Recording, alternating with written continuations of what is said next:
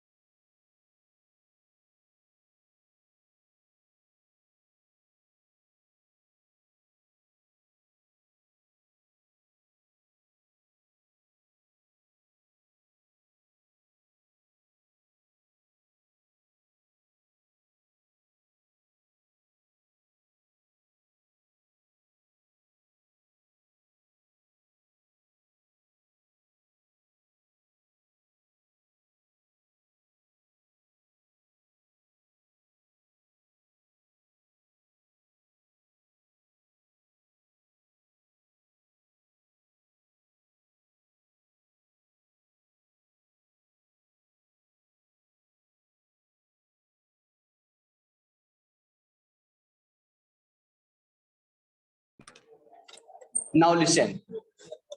हमने कहा अगर 10 लाख रुपए की हमको जरूरत है, समझ लो, याद नहीं करना पड़ेगा, हमें कैपिटल प्रोवाइड करना है, या मेरा खुद का पैसा हो, मेरे पास पैसा 10 लाख रुपए रखे हैं अपने पास, निकाला घर से और लगा दिया बिजनेस में, कोई टेंशन नहीं। अगर मेरे पास पैसा नहीं है और बिजनेस करना चाहते हैं, तो क्या फाइनेंस नहीं हो पाएगा? होगा, ठीक है। कहाँ से करेंगे? बाहर से लोन लेंगे, बैंक से लोन पास कराएंगे, हो गया फाइनेंस, ठीक है। तो कैपिटल स्ट्रक्चर में क्या होगा, ये एक मिक्सचर होता है, जरूरी नहीं है कि पूरा पैसा लोन का ही हो या पूरा पैसा मेरा ही हो, मिक्सचर बन जाता है। कुछ पैसा मेरा है, मान लो 10 लाख था, जरूरत है, 2 लाख मेरे पास था, 2 लाख लगा दिया हमने अपना, 5 लाख रुपया बैंक से लोन ले लिया, लॉन्ग टर्म लोन हो गया, 7 हो गया। अभी 3 और चाहिए, तो हम कोई बाहर मार्केट से उठा लिया पैसा 3 लाख रुपए। अगर कंपनी से बात करो, कंपनी क्या करता है, 10 लाख जरूरत है, 5 लाख रुपए का इक्विटी से इशू कर दिया, 2 लाख का प्रेफरेंस इशू कर दिया, 2 लाख रुपए का डिवेंचर इशू कर दिया, बाकी बैंक लोन ले लिया। यानी ये कैपिटल स्ट्रक्चर हो गया, मिक्सर हो गया। मिक्सचर किसका हो गया? कैपिटल मिक्स इसको कहते हैं। स्ट्रक्चर तैयार हो गया, 10 लाख की जरूरत थी, 10 लाख एक रास्ते से नहीं, कई रास्ते से उठा लिया हमने, ठीक है ना। अच्छा, जो इक्विटी होते हैं उसको बोलते हैं ओनर्स। जो ये कंपनी के रियल मालिक ओनर कौन होते हैं? इक्विटी होल्डर होते हैं, उसको बोलते हैं ओनर्स इक्विटी। खुद का पैसा उनका हो गया ओनर्स का। और बाकी जो डिबेंचर है, डेप्ट है, बैंक लोन, सब क्या है, भारी हो गए, इन लोग को इंटरेस्ट देना पड़ेगा। ठीक है।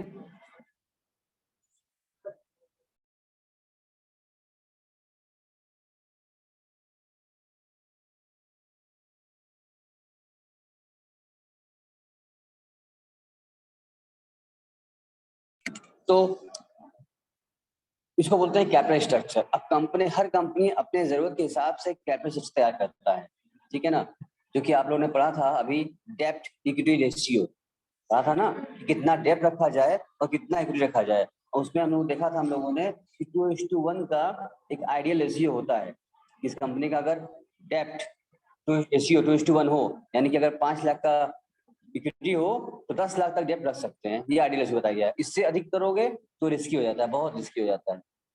ये लोग सीखा था। ये क्या है, कैपिटल स्ट्रक्चर कहते हैं। मिक्स हो गया हमारा इस कैपिटल, हमारे कैपिटल में इक्विटी भी, प्रेफरेंस भी, डिबेंचर भी, बैंक लोन भी, लॉन्ग टर्म डेट, ये सब शामिल हो जाए, एक मिक्स तैयार हो गया इकट्ठा अमाउंट का, जो कि कैपिटल एम्प्लॉयड बना, उसको बोलते हैं कैपिटल स्ट्रक्चर।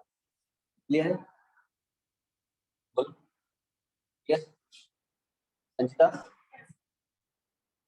अनन्या, ऐश्वर्या, नम्रता, हाँ, लनुमा, रागिनी, नंदनी, सही क्लियर है? आप बताइए। प्रथम, शुभम, आप बताइए। Where is your mask? Just keep it in your face. So आगे अब कह रहा है difference between tangible and intangible assets. Tangible assets are those assets which can B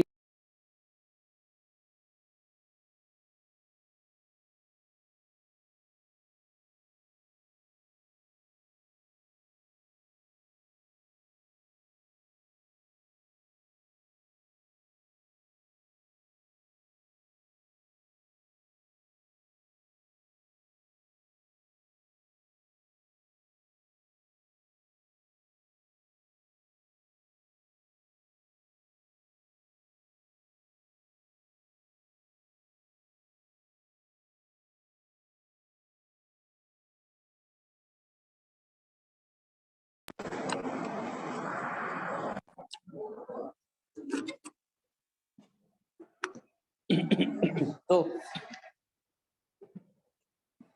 अब आपसे पूछा जा रहा है difference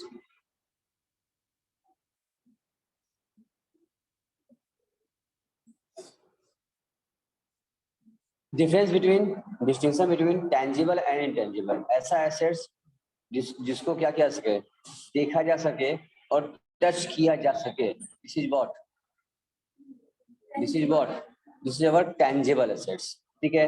in other words, which have a physical existence such as land, building, plant, furniture, machinery, stock, cash, ये सब क्या क्या चीजें हैं, ये सब हमारे टेंजिबल एसेट्स कहा जाते हैं। और intangible assets are those assets which do not have a physical existence, यानी ऐसा एसेट जिसका कोई फिजिकल एग्जिस्टेंस नहीं है, and which cannot be seen or felt, ना देखा जा सके, ना टच किया जाए, ना फील किया जाए। अच्छा, एग्जांपल आपसे ऐसा goodwill, patents, trademarks, prepaid expenses, tangible, intangible assets are also valuable assets है, ठीक है। यानी इन चीजों को आप टच नहीं कर सकते। गुडविल दिखता है क्या, टच कर सकते हैं क्या? समझ में आता है खाली बस। अच्छा,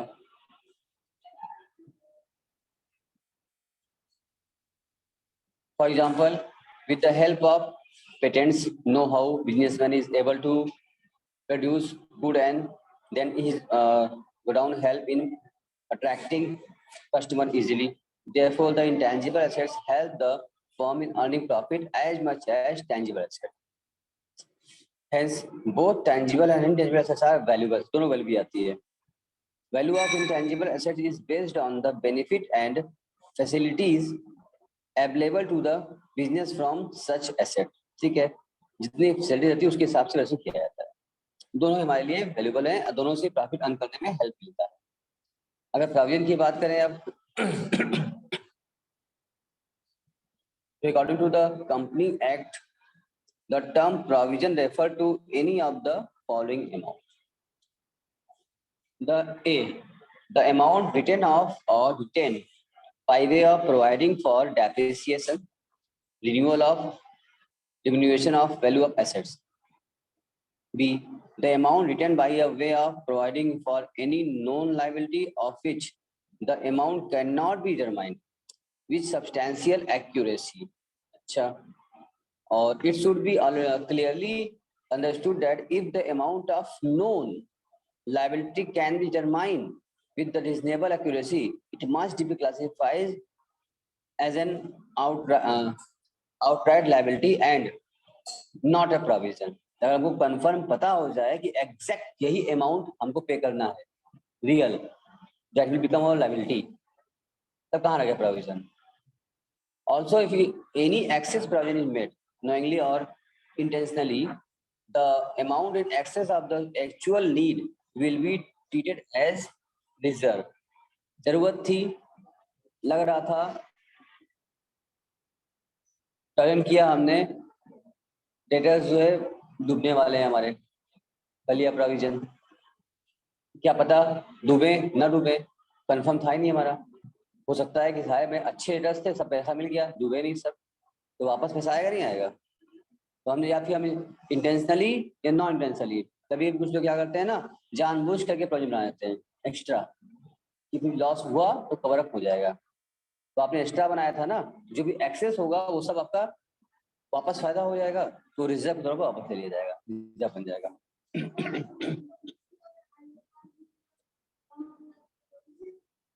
नहीं, वो तो रिजर्व बनाया ना तुमने, वो बनाया हुआ है, अगर घट जाता है तो पीएस लेते हो, बच गया तो पार्टनर से बांट लेते हैं, जैसा कि रिजर्व, उसने कहा रिजर्व है, फिर बनाया। अब क्या क्या हो सकता है? एग्जाम्पल ऑफ प्रोविजन दिया है आपको, provision for depreciation of assets, provision for taxation, provision for bad and doubtful debts, provision for discount on debtors, provision for repair and renewal of assets. ये सब चीजों के लिए प्रोविजन करना पड़ता है। एग्जैक्ट अमाउंट नहीं पता रहता है कि कितना होने वाला है, और एग्जैक्ट पता हो जाए, एक अंदाज पे, परसेंटेज पर, लास्ट ईयर के बेसिस पर हम लोग तय कर एस्टिमेट कर लेते हैं, एग्जैक्ट नहीं पता होता, एग्जैक्ट पता हो जाए तो लायबिलिटी बन जाए। अब रिजर्व आ रहा है, reserve means amount set aside out of profit and other surplus to meet future uncertainties. In other words, a reserve is meant for meeting any unknown liability or loss in the future. अच्छा, यानी कि हमको पता नहीं है कि future में मेरे पास क्या होने वाला है, लेकिन फिर भी सब लोग सिक्योरिटी के तौर पर कुछ रिजर्व बना के रखता है। हमारे घर में भी हम लोग भी पता नहीं है कब किसकी तबीयत खराब हो जाए, और कंफर्म भी नहीं है कि हो ही जाए, लेकिन एक डाउट रहता है, तो हर आदमी कुछ ना कुछ सेविंग करके रखता है, भाई अपने मुश्किल वक्त में काम आएगा, दैट इज अवर रिजर्व। अब मुश्किल का वक्त कौन सा हो सकता है ये कोई जानता नहीं है, किस प्रकार का हो सकता है ये भी कोई नहीं जानता है, तो कुछ पैसा सेविंग करके रखते हैं रिजर्व में कि कभी कोई भी यूज पड़ जाए, किसी मैटर यूज पड़ जाए तो उसको हम निकाल फ्रीली यूज कर सकें। सर करते ना हो, वैसे यहाँ भी है, रिजर्व ऐसी चीज हो गई जो कि फ्यूचर में हम लोग अपने प्रॉफिट से रिजर्व बनाते हैं, और आने से वाले समय में किसी अननोन लायबिलिटी, जो तुमको पता नहीं है कि क्या लायबिलिटी हो सकती है, उसको फ्यूचर में लॉस के लिए कवर करने के लिए सेव कर लेते हैं, रिजर्व करते हैं। जब पड़ेगा यूज करेंगे, नहीं पड़ा है मेरा ही तो है, क्या दिक्कत है?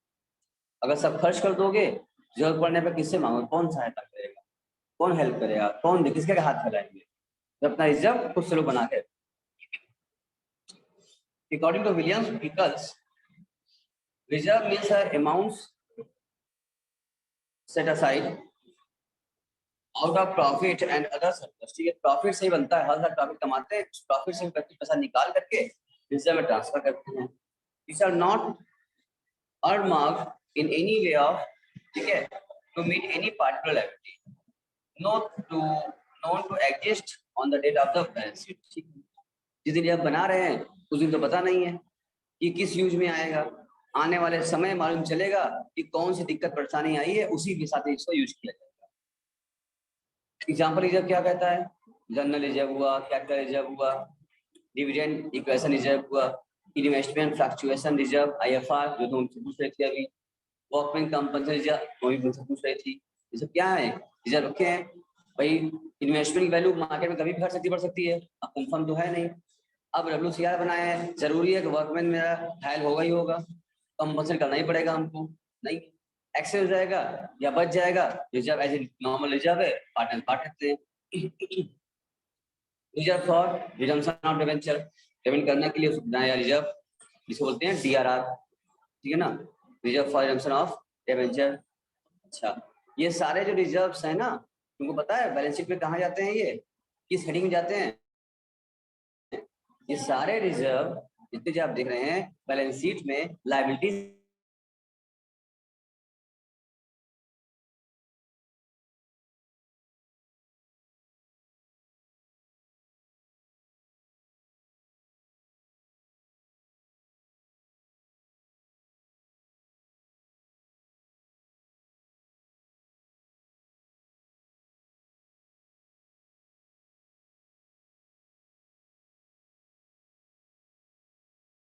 आई हैं तो कुछ काम के लिए।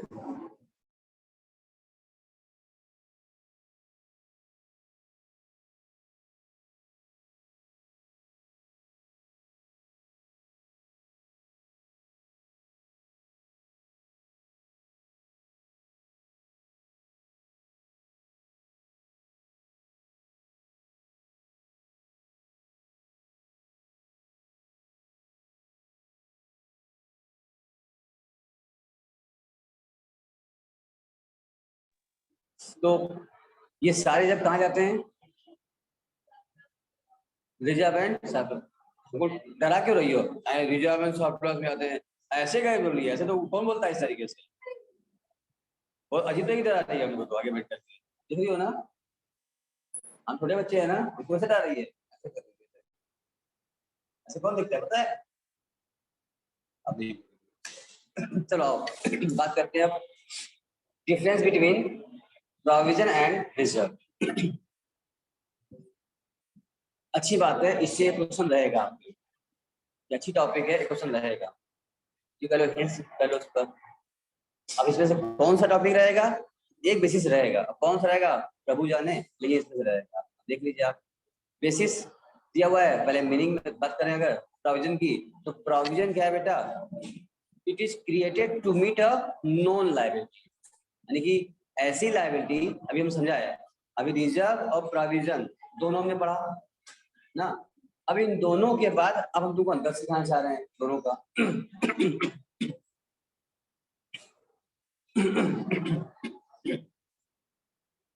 हम प्रोविजन ऐसी लायबिलिटी बनाते हैं जो हमको पहले से पता हो, जैसे कि provision for debtors, provision for depreciation, sets, हमें सब पता होता है, रिप्लेसमेंट से करना हमको पता रहता है लायबिलिटी होने वाली है। लेकिन रिजर्व जो बनाते हैं वो लायबिलिटी वेरी अननोन होती है। रिजर्व पैसा रख लिए, फ्यूचर में कोई भी यूज आएगा, किसी प्रकार का यूज आएगा, यूज कर लेंगे, क्या यूज होगा अभी पता नहीं है, अननोन है। लेकिन प्रोविजन पता होता है, प्रोविजन किस पर बना रहे हैं, डेप्ट के लिए प्रोविजन बना रहे हैं, डेप्रिसिएशन के लिए बना रहे हैं, किसके लिए बना रहे हैं पता रहता है, ठीक है ना। तो सबसे बड़ा एग्जांपल उसका यही है कि मीनिंग कह लो कि प्रोविजन हमेशा नॉन लायबिलिटी का बनता है और रिजर्व हमेशा अननोन लायबिलिटी का बनता है। Getting it or not? Next, necessity, ये क्या बता रहा है? Creation of provision is legal, necessity, provision have to be provided for even there are no profit, ठीक है ना।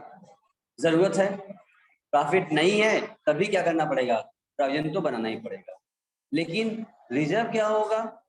अगर आपके पास प्रॉफिट है एडिक्वेट, तभी रिजर्व बनाएंगे। आप प्रॉफिट ही नहीं कमाए हैं आप, तो रिजर्व कहाँ से निकालेंगे? लोग कहते हैं ना कि भैया अगर 4 पैसा आप कमाए हैं, 2 पैसा खर्च करो, 2 पैसा रख लो रिजर्व के लिए, काम देगा। 2 पैसा काम आए, लोग कहते हैं ना, जब आप कमाए नहीं है तो 2 पैसा कहाँ से निकालेंगे आप? लेकिन प्रोविजन तो भाई बनाना ही पड़ेगा आपको, क्योंकि आपको पता है लायबिलिटी आने वाली है, नोन था।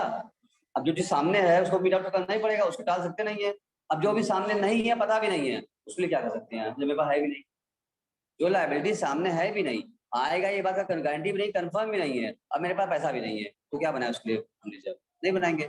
जो लायबिलिटी मेरे सामने है, हमको पता भी है और हमको मीट आउट करना भी है, उसको हम टाल भी नहीं सकते हैं, उसके लिए प्रोविजन बनाना ही पड़ेगा, ठीक है ना। अब है object, the object is to provide for the appreciation, doubtful debts and other specific liabilities, जो हमको पता रहता है। इसका ऑब्जेक्ट क्या है? Reserve is to be standard and the financial push of the business, जितना रिजर्व आप बना के चलेंगे, लोग कहते हैं ना जितना बैंक बैलेंस जिसका अच्छा रहेगा, उतना ही आदमी की स्ट्रेंथ क्या होती है, अच्छी होती है। अपना स्ट्रेंथ बढ़ा चलते हैं लोग, वैल्यू बढ़ाते हैं। आपके पास अगर जितनी बैंक बैलेंस है, आपने पैसा प्रॉफिट कमाया है, उसको खर्च नहीं किया, उड़ाया नहीं पैसा, और सब पैसा बचा बचा के आपने कहीं सेव कर रखा है, तो आपकी वैल्यू स्ट्रेंथ बढ़ेगा कि नहीं बढ़ेगा? बोलिए, बढ़ते ही जाएगा।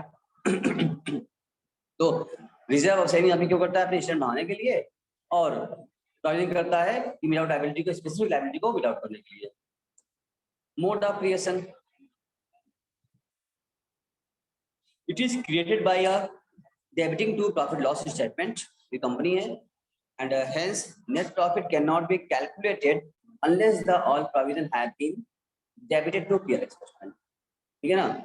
याद करो तुम लोग ट्रेडिंग के बनाते थे तो प्रोविजन फॉर डाउटफुल डेब्ट्स कहाँ लिखते थे? प्रॉफिट लॉस के डेबिट साइड में लिखते थे। यानी पीएल क्या किया हमने? डेबिट किया था।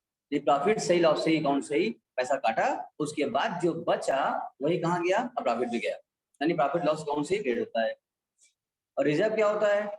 It is credited not by debiting to PVL statement but through deduction from surplus. यानी आपका प्रॉफिट हो जाए, आपने तो खर्चा घटा लिया है, उसके बाद आपकी प्रॉफिट आ गई, सरप्लस आ गया, उस सरप्लस में से अब आपको लग रहा है भाई 2 पैसा क्या करो उसमें से, बस साइड कर दो फ्यूचर के लिए, रिजर्व।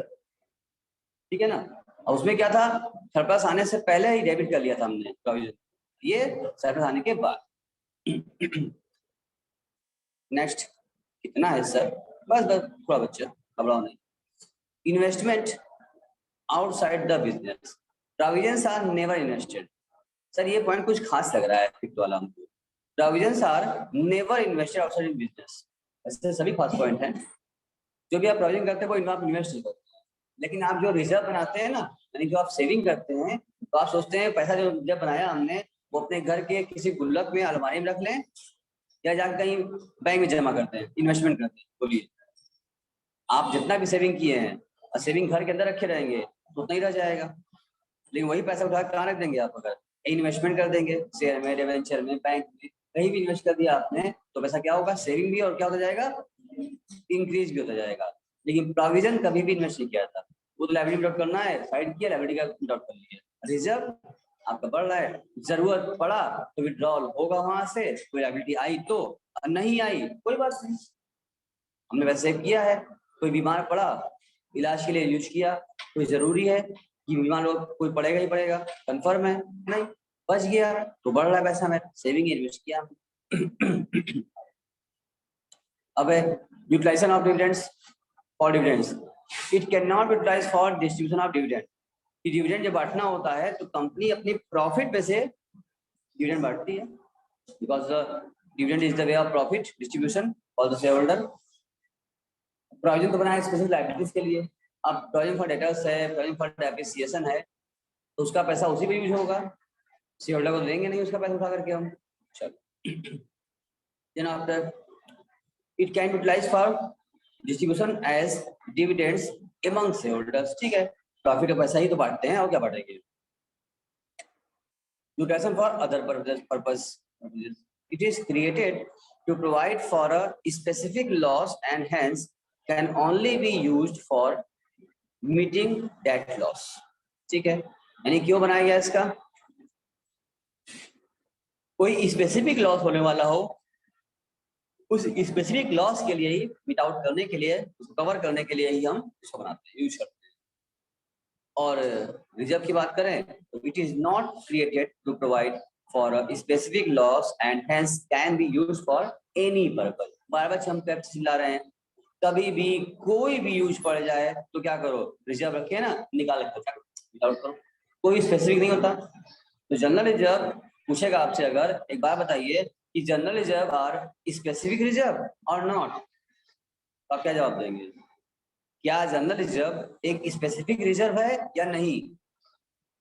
बोलो बोलो, ऐश्वर्या दोनों बोल रही हो, यहाँ कभी ना, संजीता आप भी ना, हाँ Ananya, general reserve specific reserve है या नॉन स्पेसिफिक है? स्पेसिफिक नहीं है बेटा, कब से बता रहे हैं ना, जिसका स्पेशल पर्पस की कोई नाम से यूज किया जाए वो स्पेसिफिक हो जाएगा। जनरल रिजर्व क्या है? It's a free reserve, general reserve क्या है, नाम ही से रखा गया है, जनरल रिजर्व है, ये जनरल पर्पस में यूज किया जाएगा। ये फ्री रिजर्व होता है, कोई स्पेसिफिक नहीं होता है, इसका कोई भी यूज पड़ जाए, लिखा ना एनी यूज, एनी पर्पस लिखा तो है, can be use for any purpose. Free है उसका मतलब, और जो स्पेसिफिक रहेगा वो स्पेसिफिक उसी को यूज किया जाए जिसके बनाया गया है, ठीक है ना, समझ में आ गया। अब ऐसे क्वेश्चन पूछे जाएंगे आपसे, क्या रहिएगा आप, समझदार तो आप ही हैं। अब बात करते हैं टाइप्स ऑफ रिजर्व। रिजर्व कितने टाइप्स के हो सकते हैं सर? रेवेन्यू रिजर्व एक पॉइंट है, these reserves come into existence out of profit which have been earned in the course of the day-to-day business operations.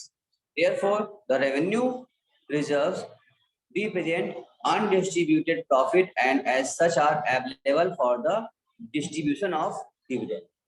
ठीक है, देखिए रेवेन्यू मतलब जो day to day daily working कर रहे हैं उसको बोलते हैं रेवेन्यू, जो अर्न प्रॉफिट अर्न हो रही है इसको यूज किया जाता है रेवेन्यू रखने के लिए। रेवेन्यू रिजर्व में बी क्लासिफाइड में बी फॉलोइंग टू टाइप्स, एक तो होगा जनरल रिजर्व, एक तो होगा स्पेसिफिक रिजर्व, जो कि अभी हम लोग पीछे जस्ट अभी पढ़ के आ रहे हैं, जो मैंने अभी अंदर बताया आपको जनरल क्या होता है स्पेसिफिक क्या होता है। ये रेवेन्यू रिजर्व से ही बनते हैं, ये they all are revenue reserve, ठीक है। जनरल रिजर्व क्या हो गए, usually the businessman do not withdraw the entire profit from the business but return a part of the profit in the business to meet unforeseen future uncertainties. जैसे 10 lakh business में लगाया, 2 लाख रुपए profit कमा लिया, तो मेरा 10 लाख क्या हो गया, 12 लाख रुपए हो गया है। तो 2 लाख जो कमा लिए तो 2 लाख पूरा पूरा विड्रॉल कर लें, 2 लाख पूरा पूरा निकाल के घुमाए कहीं खर्चा कर दे, नहीं। तो जितना आदमी कमाता है अपने बिजनेस से पूरा पैसा नहीं निकालता, कुछ जरूरत पर निकालता है, बाकी वो पैसा बिजनेस में ही छोड़ देता है कि फ्यूचर में काम आएगा। बिजनेस की पूंजी और बढ़ती जा रही है हमारी, आज 10 का 12 हुआ है, फिर 15 होगा, 18 होगा, ऐसे बिजनेस की वेल्थ भी बढ़ती जाएगी। अब पूरा जितना कमाओ उतना निकाल खर्चा करते जाओगे तो 10 लाख आज था, 10 साल बाद भी क्या रहेगा, 10 लाख रह जाएगा वैल्यू। तो दिक्कत है ना, ये फ्यूचर में बहुत सारे अनसर्टेनिटीज आएंगे, कैसे मेटो करोगे, तो अनसर्टेनिटीज के लिए आदमी पूरा विड्रॉल नहीं करता है, ठीक है। प्रॉफिट सो रिटर्न उसको बोलते हैं, जो प्रॉफिट छोड़ते हैं ना उसको बोलते हैं रिटर्न अर्निंग, ठीक है ना। Rainy day are known as general reserve. Similarly, companies also do not distribute the entire profit as dividend, but keep aside a part of the from general reserve. Such reserves are also termed as contingency reserve. मतलब कभी कोई use पड़ जाए तो use कर सके, और उसको कहते हैं फ्री रिजर्व। अभी हमने बताया जनरल रिजर्व क्या है, फ्री रिजर्व कोई यूज कर लो, because these are not created by any specific purpose, ये स्पेसिफिक नहीं होता, इसको फ्रीली यूज किया जाता है एनी पर्पस के लिए। एक ही बात को 2 3 बार 4 बार डिस्कस हो गया है, इससे क्वेश्चन अगर आया और आप अभी भी ना कर पाए तो फिर आपकी कमी हो जाएगी। हमें लगता है आप लोग अच्छे अच्छे बच्चे हैं, नहीं गलती नहीं करेंगे आप लोग। स्पेसिफिक रिजर्व के बारे में बात करें,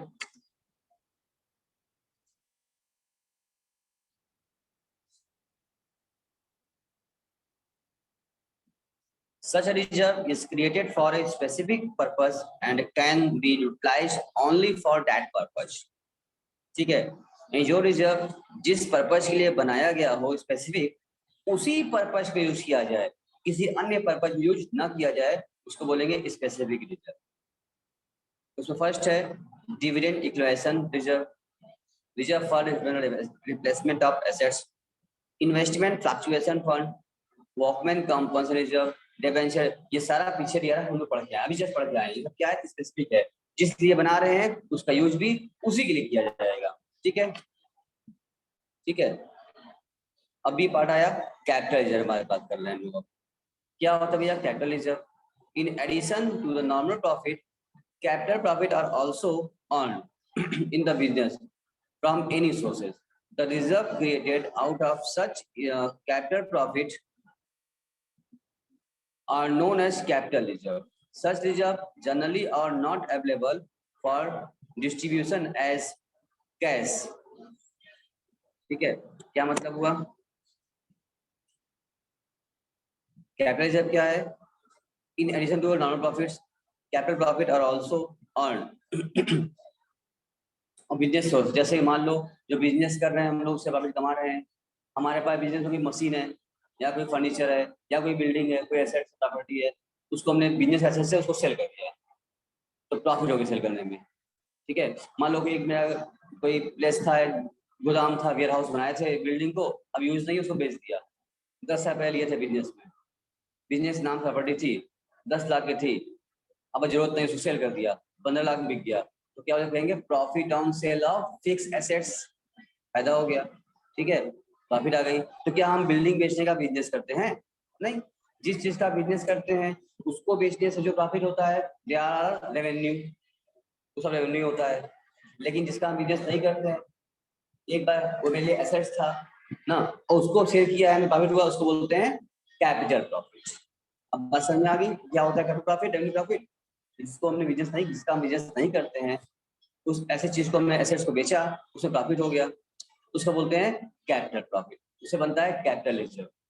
अगर तुम कहो सर अभी हम लोगों ने वो पढ़ा था issue of shares, issue of share में जब हम शेयर प्रॉफिट किए थे और शेयर प्रॉफिट करने के बाद उसको रीइशू कर दिए रहे, और इशू करने के बाद जो पैसा बचा था उसको कहाँ ट्रांसफर किए थे हम लोग? संजीता याद आ रहा है? प्रॉफिट का पैसा कहाँ ट्रांसफर किए थे?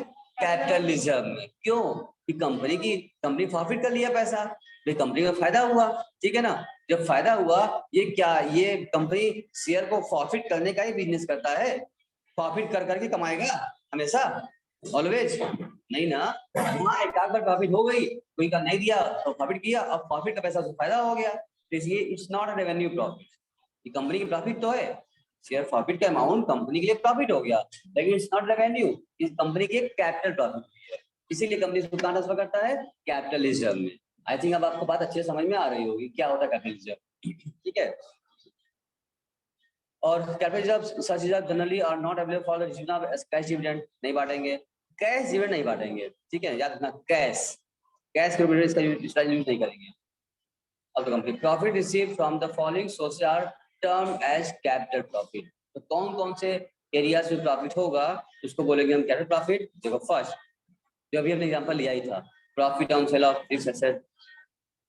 Second, profit on the revaluation of the fixed assets and liabilities, फायदा हुआ, रोज तो करेंगे नहीं।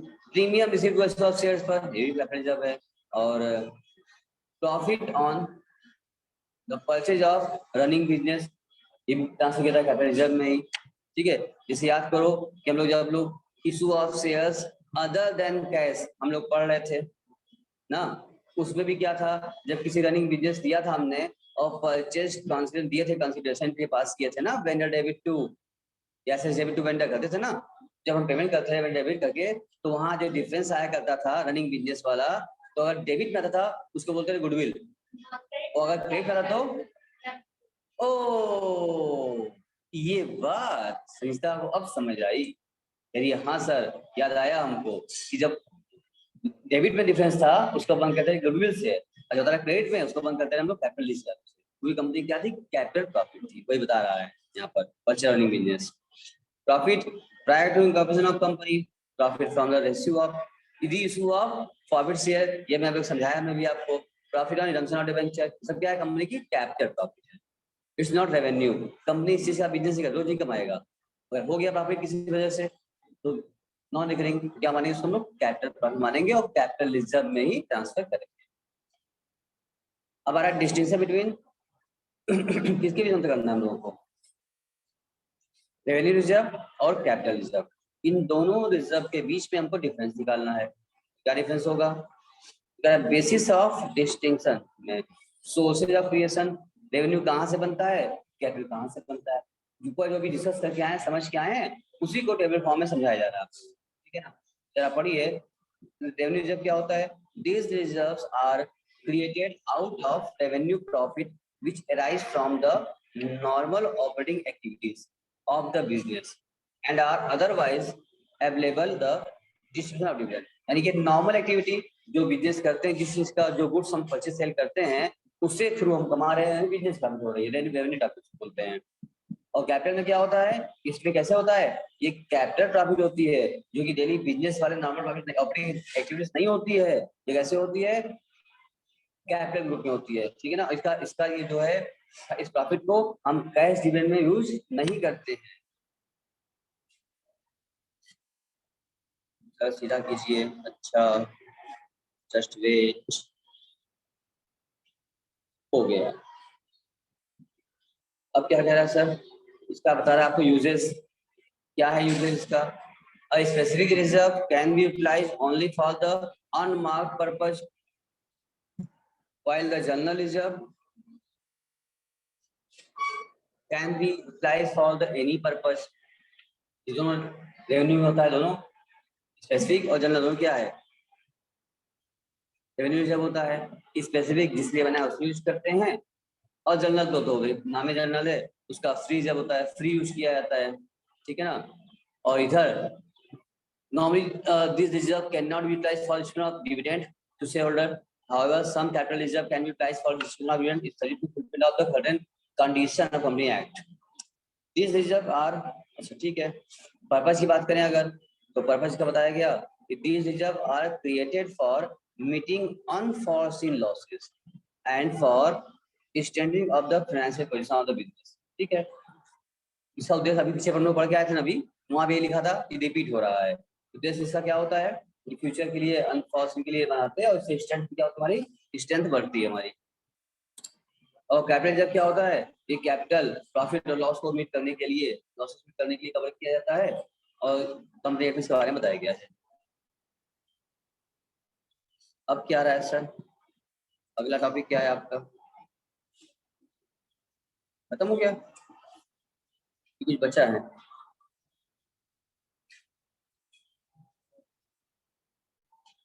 अच्छा, क्या हो गया, खत्म हो गया। अब आपके सामने तो कुछ आइटम्स आ रहे हैं, जरा आप अपने बुक का एग्जाम्पल नंबर 13 खोलिए। आप अपने बुक का एग्जाम्पल नंबर 13 ओपन कीजिए।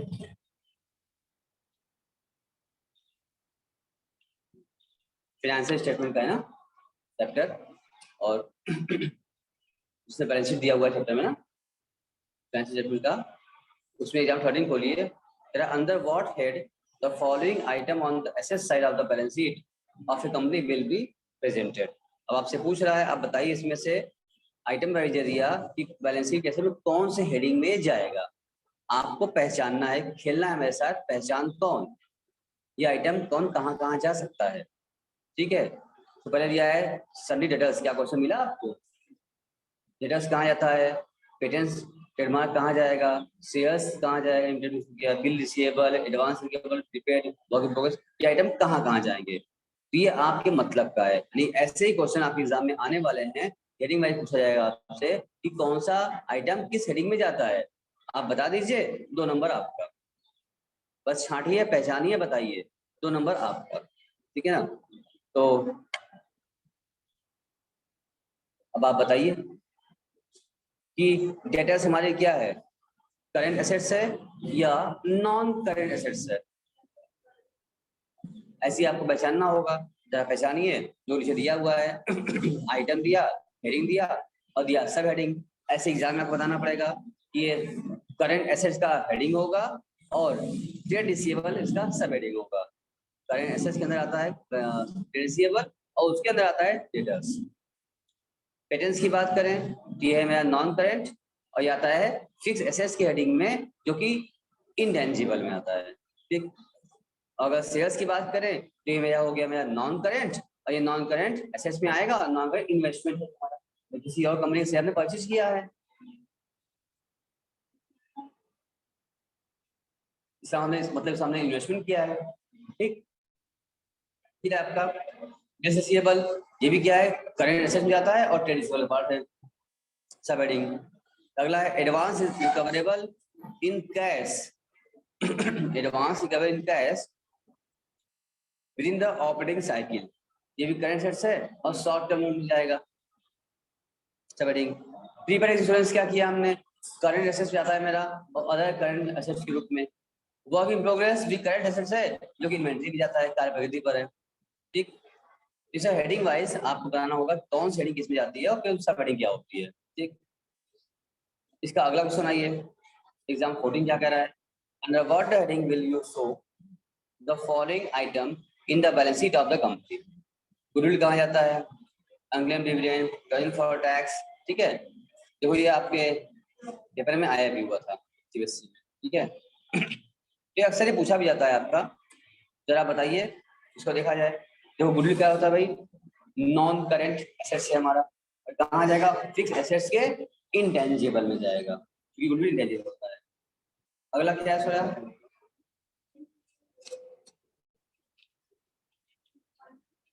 अनक्लेम डिविडेंड है, ये क्या हो गया मेरा, करेंट लायबिलिटी हो गया। अनक्लेम मतलब डिविडेंड मतलब ऐसा डिविडेंड जो डिक्लेयर हो चुका है, अभी पेनिंग हुआ है, लोग डिक्लेयर नहीं किया है, जब क्लेम करेंगे पेमेंट कर देंगे हम। अनक्लेम डिविडेंड करंट लायबिलिटी हो गया, भाई अदर करंट लायबिलिटी में जाता है, सब हो गया।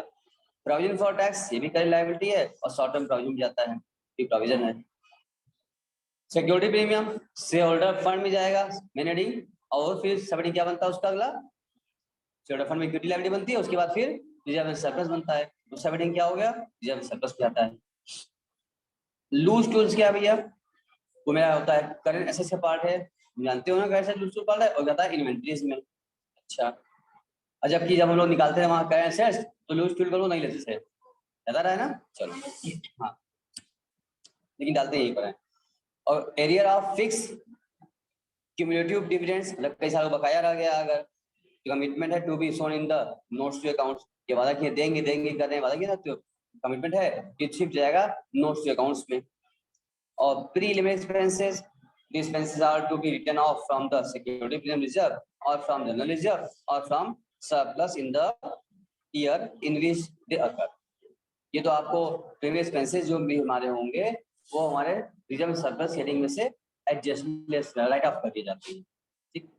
कुछ ऐसा एग्जांपल हमको नजर आ रहा है 15 में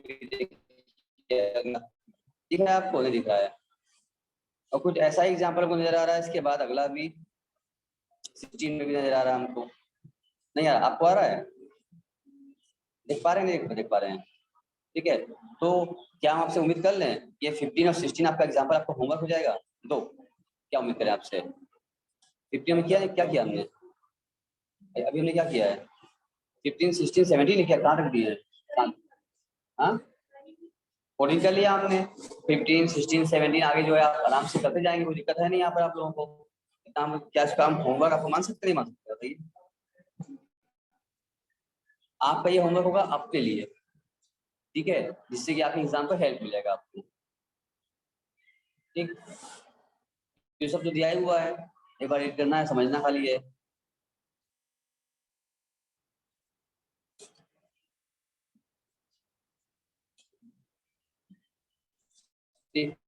सिस्टम होमवर्क कर लीजिएगा, ठीक है, तो आपका अच्छा हो जाएगा।